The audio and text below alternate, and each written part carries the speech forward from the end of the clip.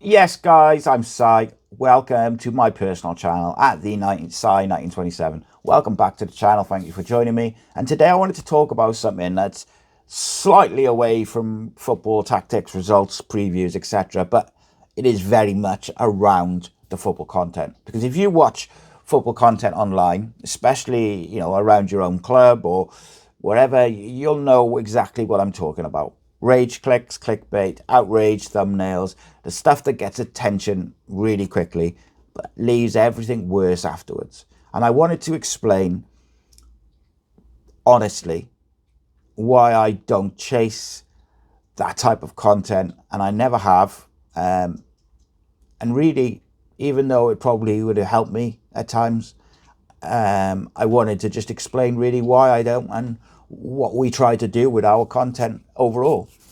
So, and look, this it's my personal channel. So it's just me talking, right? I'm going to be real. Rage works. Negativity sells. If I wanted to, I could shout after every bad performance. I could turn every draw into a crisis, call a players useless, frame every result as embarrassing or unacceptable. Probably grow faster.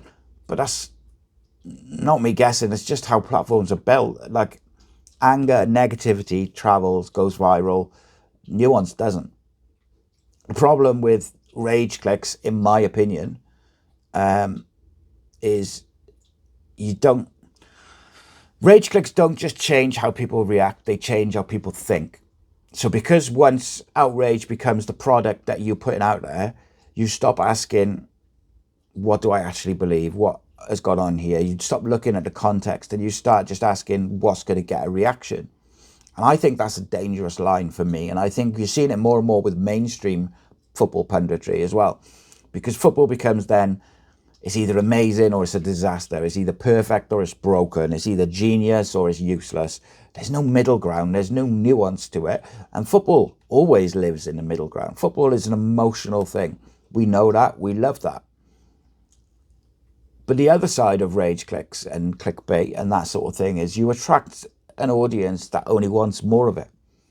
You stop having conversations and you just start having arguments. You stop talking about performances and development and context and progress, and everything becomes personal. Players become targets, managers become villains, and fans turn on each other. I don't want to build that kind of space. I haven't built that kind of community on Ace Podcast Nation, on Cardiff City World, everywhere else, and I'm not going to start now. The responsibility of talking about Cardiff City, I take seriously. I try to create content that I would find interesting, but I'm also only going to be me. There's always something else, and this matters to me, right? When you talk about the club that you love, I believe that there's a responsibility that comes with it, and that means you sometimes there's a thin line, right, between criticizing or analyzing a performance, protecting players when people are abusive or whatever, calling them names and personal. But also, I believe that you have to be honest and you have to be authentic. And I think that if you're pretending everything's fine when it's not, is just as toxic.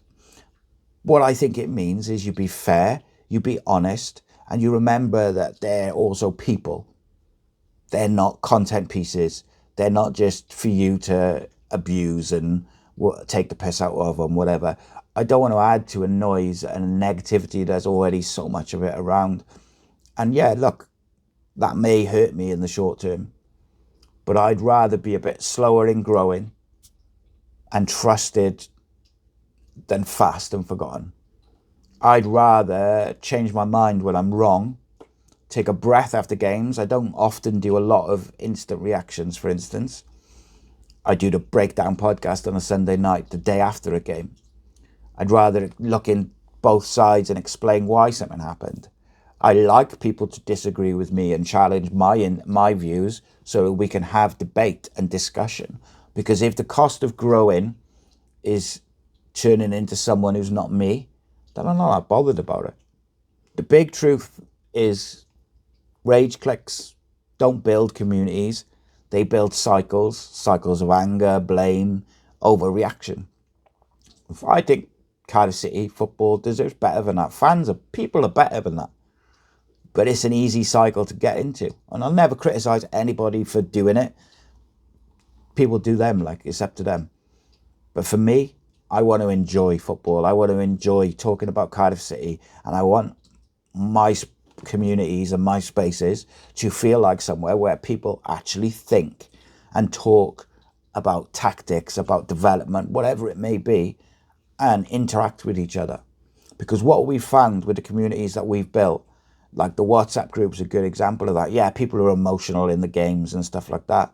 But when someone within that community has a tough time, these people reach out to each other.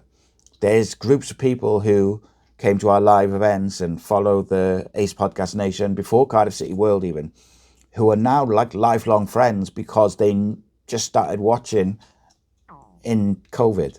Like, that's massive to me. That's much more important than whether I can get extra views.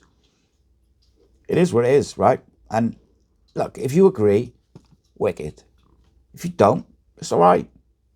If you're here and you want honest, generally football conversation, let's be honest, but just honest opinions, rather than just constant outrage and victim mentality and just all this bullshit that we see everywhere, then you're probably in the right place.